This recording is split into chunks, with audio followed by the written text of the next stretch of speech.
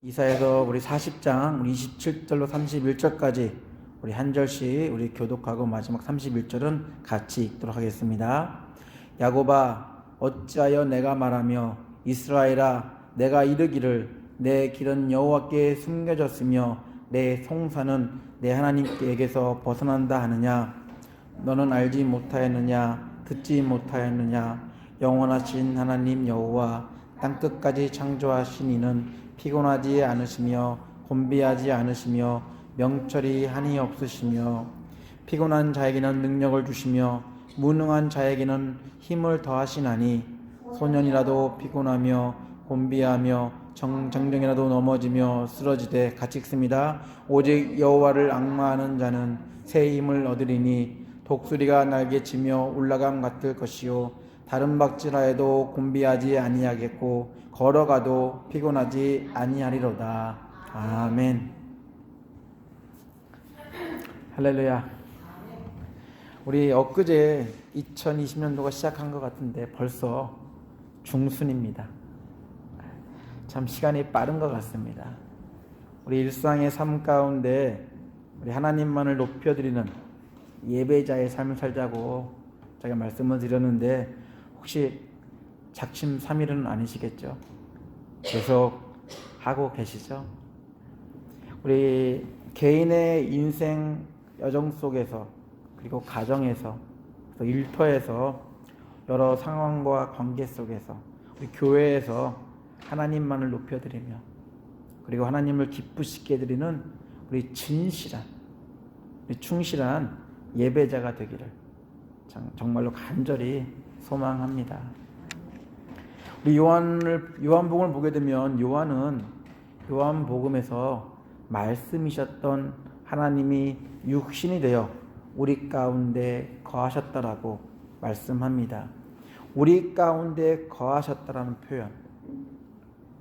이 요한의 의미를 보게 되면요, 분명히 하나님이셨음에도 불구하고 인간의 몸을 입고 육체로 이 땅에 오셨다는 것, 바로 그것을 표현하기 위해서 우리 가운데 거하셨다라는 표현을 쓰셨을 것입니다. 또 하나는 우리 각자의 심령 안에 또 계실 그런 임마누엘의 하나님이 되셨다는 표현도 이 안에 담고 있습니다.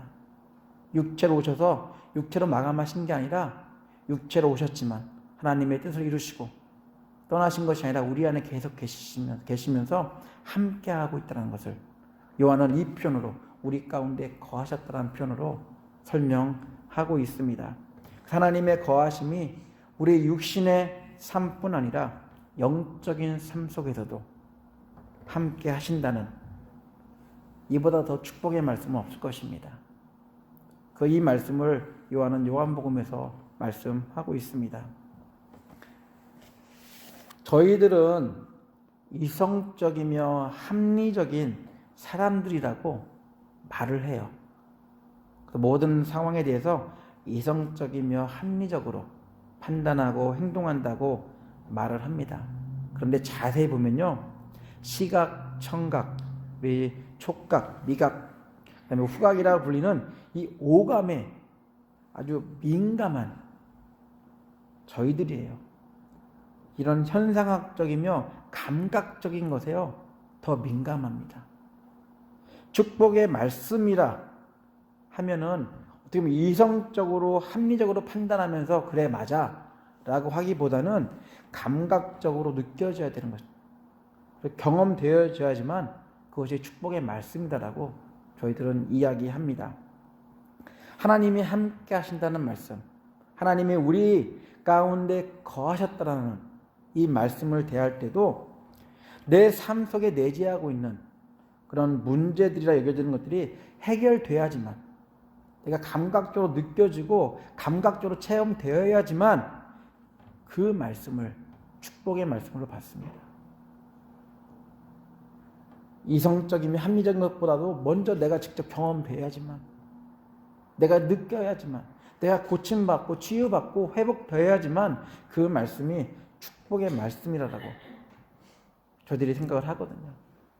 이렇게 본다면 여전히 개인 중심적인 그런 미시적인 문제들, 나랑 관련된 문제들과 씨름하는 저희들에게 어떻게 보면 오늘 이 나눌 말씀은 좀 거시적인 관점에서, 좀 더 넓은 관점에서 하나님이 누구신지, 어떻게 우리 삶 속에 개입하시고 우리를 도우시고 인도하시는지를 좀 알 수 있는 그런 말씀이 아닐까 좀 생각을 해봤습니다.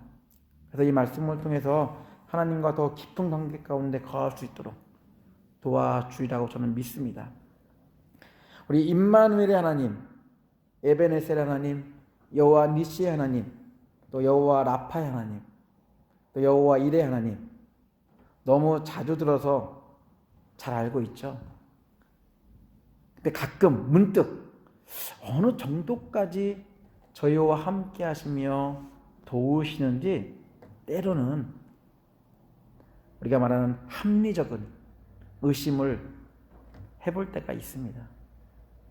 언뜻 보기에는, 내가 볼 때는 다른 성도들과는 교제하는 것 같아요. 다른 성도들 가운데는 하나님이 함께 하는 것 같아요. 하지만 나는 아닌 것 같아요.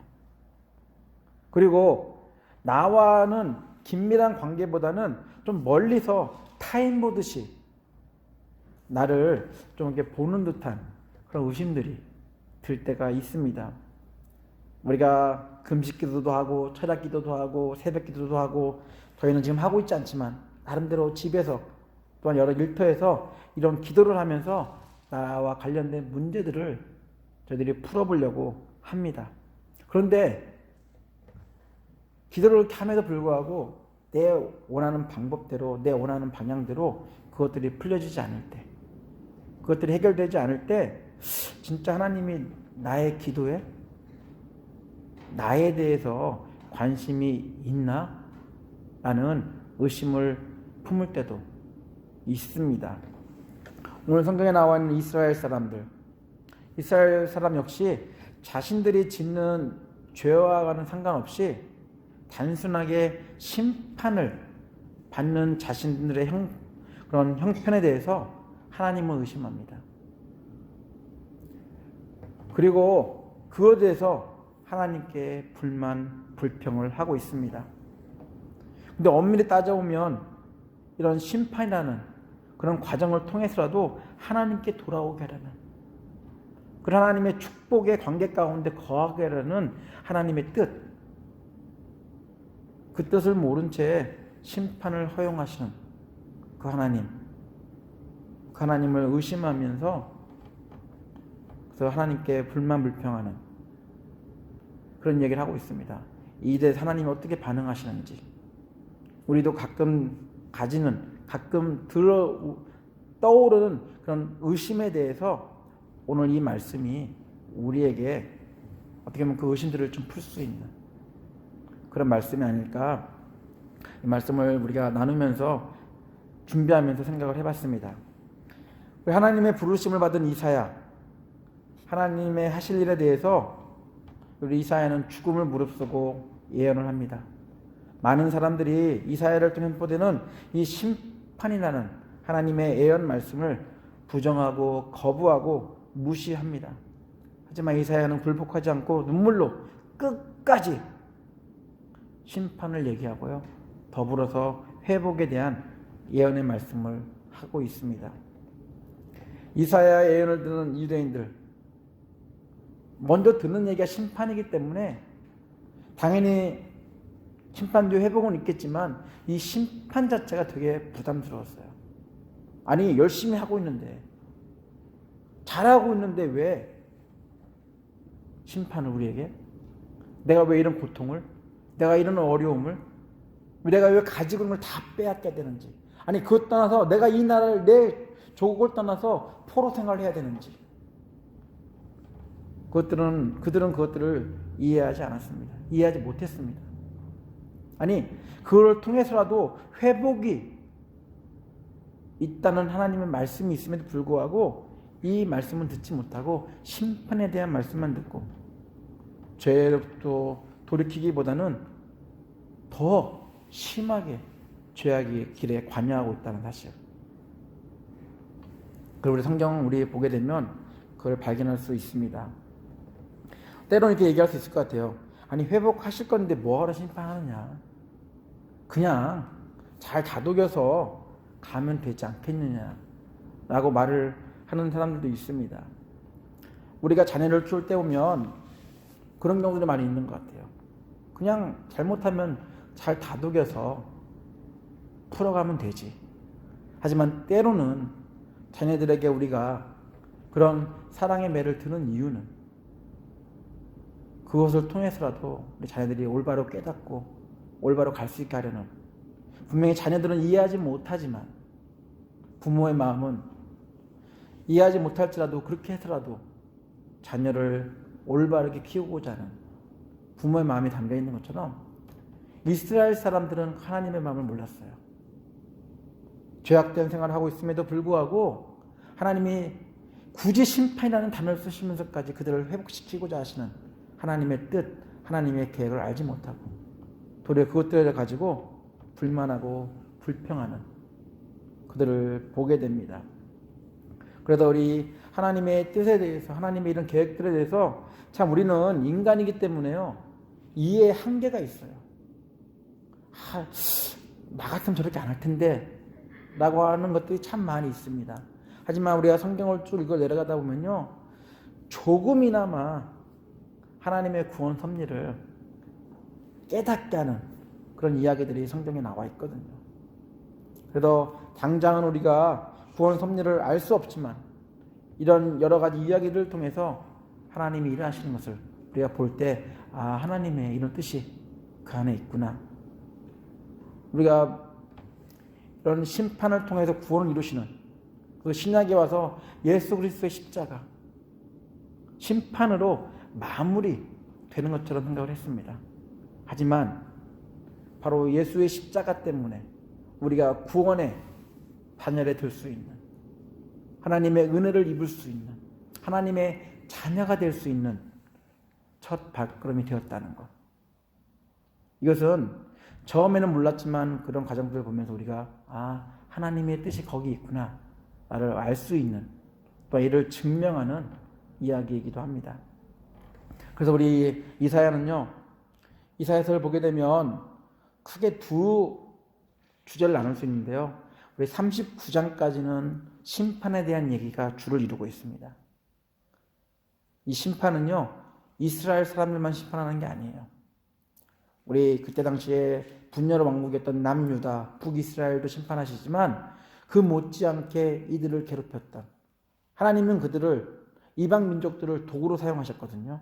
근데 그들이 생각할 때 자기가 잘나서 그런 줄 알았거든요. 이 교만함 때문에 하나님은 이방 민족까지도 심판하시겠다라는 그 말씀을 1장부터 39장에 하고 있습니다. 그리고 40장부터 회복에 대한 이야기를 시작하고 있습니다. 그래서 이 시작을 어떻게 하고 있냐면요, 심판은 끝나고 죄악이 사함 받았다고, 그래서 모든 육체가 하나님의 영광을 보게 될 것이다 라고 말씀하면서 이 회복에 대한 하나님의 예언을 하고 있습니다. 이렇게 하나님이 말씀하고 있음에도 불구하고 당장 고통 가운데 있는, 어려움 가운데 있는 이스라엘 사람들은요, 그것을 이해 못해요. 이런 희망의 말씀을 하고 있음에도 불구하고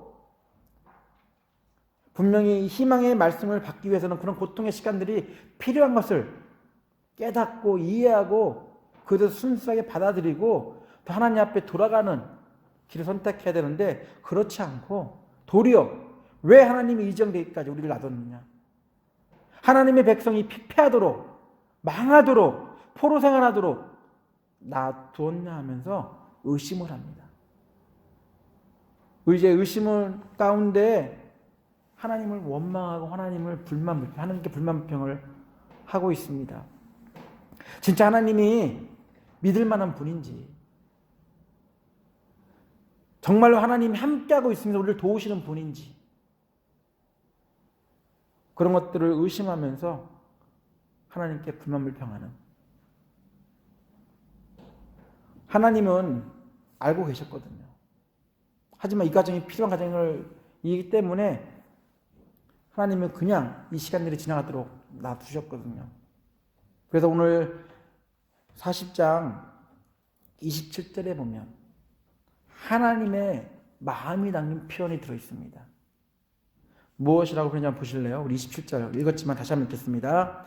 야곱아 어찌하여 내가 말하며 이스라엘아 내가 이르기를 내 길은 여호와께 숨겨졌으며 내 송사는 내 하나님에게서 벗어난다 하느냐.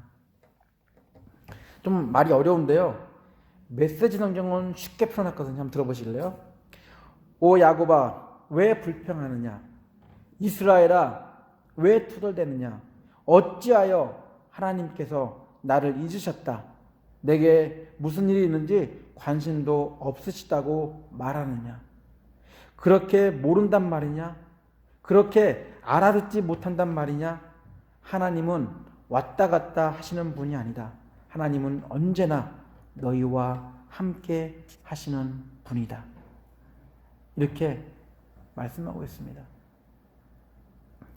남유다와 북이스라엘은 가장 절망적인 시기에도 그들과 함께 하셨던 하나님을 망각하고 있었어요. 단순히 그들에게 일어난 일들로 인해서 하나님을 의심하며 불만, 불평하고 있었습니다. 자신들이 잃은 것들만 생각을 해요. 자신들이 빼앗긴 것들만 생각을 합니다. 자신들이 죄 가운데 살고 있음에도 불구하고 그들의 생각은 한 가지였어요. 하나님이시라면 당연히 복 주시고 평안케 해주시는 게 당연한 게 아닌가.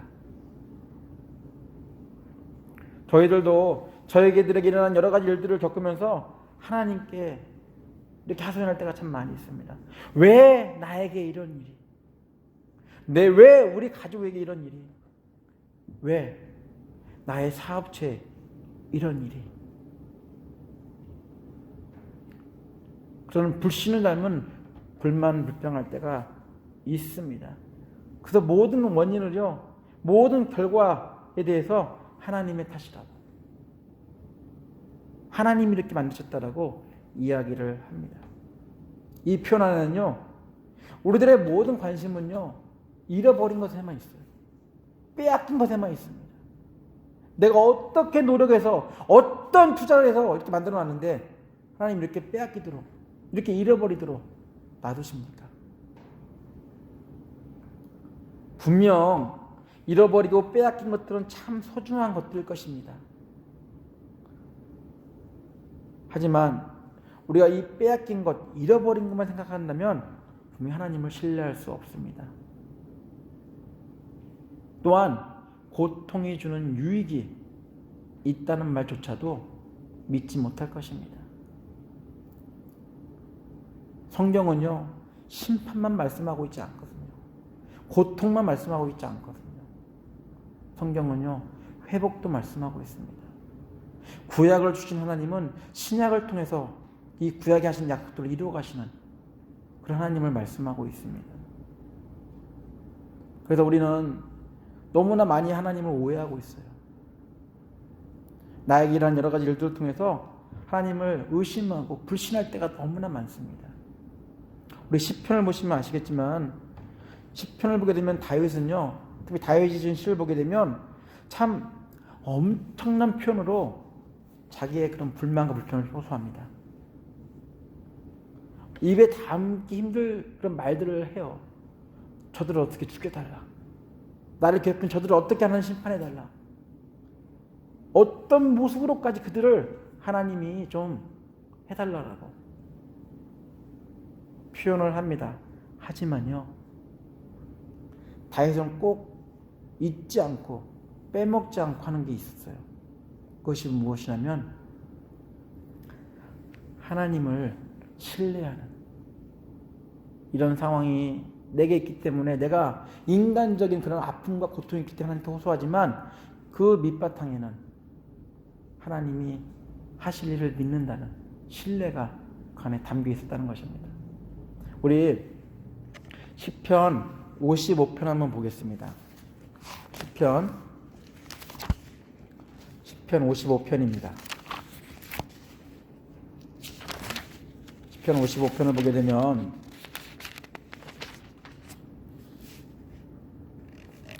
다윗이 어떻게 하나님 앞에 불만불평하는지가 나와 있거든요. 1절부터 쭉 보게 되면 하나님이여 내 기도에 귀를 기울이시고 내가 간구할 때 숨지 마소서. 내게 굽히사 응답하소서. 내가 근심으로 편하지 못하여 탄식하오니 이는 원수의 소리와 악인의 압제 때문이다. 그들이 죄악을 내게 더하며 노하여 나를 핍박하나이다. 내 마음이 내 속에서 심히 아파하며 사망의 위험이 내게 이르렀도다.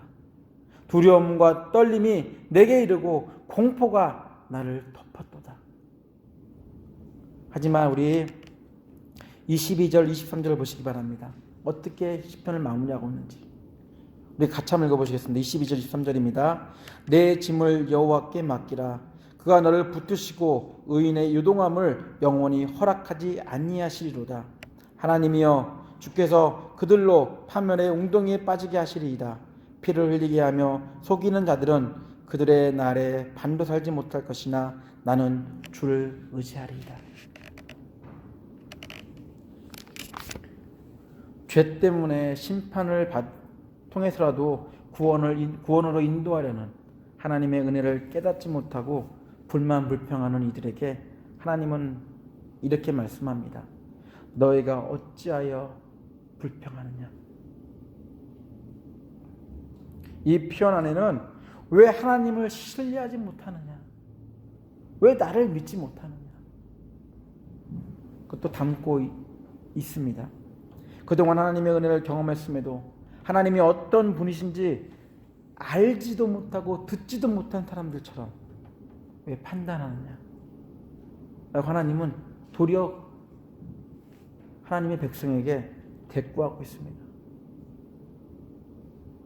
우리 신약에 보게 되면 예수를 통해 많은 이적을 경험했음에도 불구하고 거친 파도 앞에 두려워하는, 그 예수님을 의심하며 불만불평하는 그런 제자들 우리가 보게 됩니다. 이 제자들을 향해서 예수님은 믿음이 적다라는 표현을 쓰고 있어요. 믿음이 어떤 많고 적은 양의 표현이 아니라요, 너희들은 왜 예수를 신뢰하지 못하느냐, 왜 나를 신뢰하지 못하느냐, 그 표현을 이 안에 담고 있습니다. 하나님을 신뢰하지 못하고 의심하는 사람들에게, 그리고 불만불평하는 사람들에게 하나님은 처방을 해주시는데요, 그게 무엇이냐면 하나님은 신뢰할 만한 분이다라고. 너희 인생 가운데 하나님만큼 신뢰할 분은 없다라고 말씀해주고 있습니다. 우리 읽었지만 다시 한번 보실래요? 28절 31절입니다. 한 절씩 한번 보겠습니다. 너는 알지 못하였느냐, 듣지 못하였느냐, 영원하신 하나님 여호와 땅끝까지 창조하신 이는 피곤하지 않으시며 곤비하지 않으시며 명철이 한이 없으시며 피곤한 자에게는 능력을 주시며 무능한 자에게는 힘을 더하시나니 소년이라도 피곤하며 곤비하며 장정이라도 넘어지며 쓰러지되 오직 여호와를 앙망하는 자는 새의 힘을 얻으리니 독수리가 날개치며 올라감 같을 것이요 다른 먹질하여도 곤비하지 아니하겠고 걸어가도 피곤하지 아니하리로다. 하나님은 이스라엘에게 너는 알지 못하느냐, 너는 듣지 못하느냐, 영원하신 하나님 여호와가 땅 끝까지 창조하신 그 여호와는 피곤치 아니하시며 곤비치 아니하시며 명철이 한이 없으시며 피곤한 자에게 능력을 주시며 무능한 자에게 힘을 더하시는 분이다라고 이렇게 말씀하고 있습니다. 이스라엘이 신뢰했던 하나님은요, 영원하시고 창조주 되신 하나님이 아니었습니다. 그들이 만들어 놓은 하나님이셨어요. 그들이 만들어 놓은 하나님을 믿고 따르면서도 그들의 진짜 능력과 구원 되시는 하나님께는 불만불평하고 있습니다. 중요한 건요, 그럼에도 불구하고 하나님께서는 이사야 선지자를 통해서 그들을 회복하시고 구원하실 것이라고 말씀해 주고 있습니다. 지금 하나님은 이사야 선지자를 통해 하셨던 하나님의 말씀을 우리에게도 동일하게 하고 계십니다. 우리가 기대하지 않았던 일로 인해서 하나님을 의심하며 불만불평할지라도 저희들이 기억해야 될 것이 있다면 하나님은 신뢰할 만한, 믿을 만한 분이라는 것입니다. 솔직히 우리의 의심은요, 끝이 없어요. 한번 의심에 그 줄을 잡기 시작하면 이 줄은 끝나지 않습니다. 의심을 가지고 불만, 불평의 삶을 사는 저희들의 모습을 하나님은 바라시지 않을 것입니다. 아플 때는 아프다는 표현, 힘들 때는 힘들다는 표현, 슬플 때는 슬프다는 표현, 괴로울 때는 괴롭다는 표현, 이것들은 불만, 불평이 아니에요. 내 연약하기 때문에 하나님 앞에서 우리 연약함을 표현하는 것입니다. 우리가 장례식장 가면 울지 말라 그래요. 아니, 슬픈데 어떻게 안 울어요? 울 때는 울게 만들어줘야죠. 그게 우리의 표현 방법인데. 하지만 과감하게 끝나고 웃을 때는, 이제 소망을 가지고 살 때는 다시 기쁨을 회복해서 살아야 되거든요. 이걸 많이 오해를 해요. 울면 뭔가 잘못된 것처럼. 그 하나님 앞에 우리의 연약함을 표현하는 건 그건 당연한 거예요. 그건 해야 되는 거예요. 그래야지 우리가 풀 수 있습니다. 우리 안에 쌓아둘 필요가 없거든요. 하지만 그렇게 할지라도 가장 밑바닥에 우리가 잊지 말고 기억해야 될 것이 있다면 하나님을 신뢰하는 것. 그래서 우리가 잊지 말고 기억해야 합니다. 만약에 그렇지 않으면요, 우리는 하나님을 의심할 수밖에 없어요. 그리고 하나님 앞에 불만불평할 수밖에 없습니다. 고통 중에 빼앗긴 것들, 잃어버린 것들만 생각하면 하나님에 대한 의심과 더불어 불만불평이 넘쳐날 수밖에 없을 것입니다. 고통이 주는 유익보다는 당하는 어려움을 더 크게 생각할 수밖에 없는 게 우리예요. 하나님을 불신하는 이유가 무엇일까요? 그것은 세상을 바라보며 세상을 의지하기 때문에, 바로 이러한 하나님을 불신하게 게 있습니다.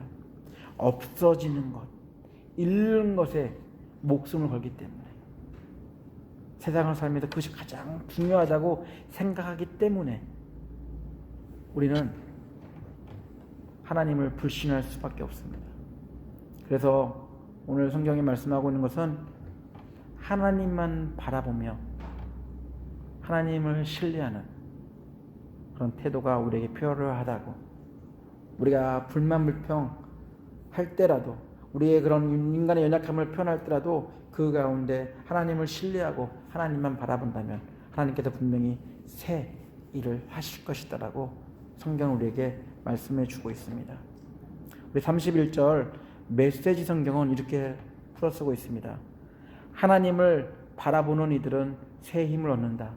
그들은 독수리처럼 날개를 펼쳐 높이 날아오르며 아무리 뛰어도 지칠 줄 모르고 아무리 걸어도 피곤치 않다. 하나님은 이리저리 치여 지치고 피곤한 인생 속에서 분명히 새 힘을 주실 것입니다.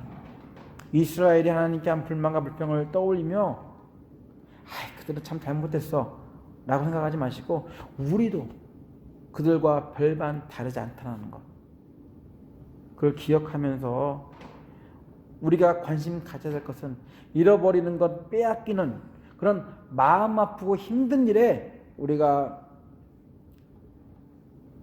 집중하는 게 아니라, 분명히 이런 것들이 우리에게 빼앗기고 잃어버릴지라도 다시 회복시켜줄 신뢰할 만한 하나님이 계시다라는 그런 믿음 안에 사는 저희들이 된다면 참 행복한 성도의 삶을 살 수 있을 것입니다.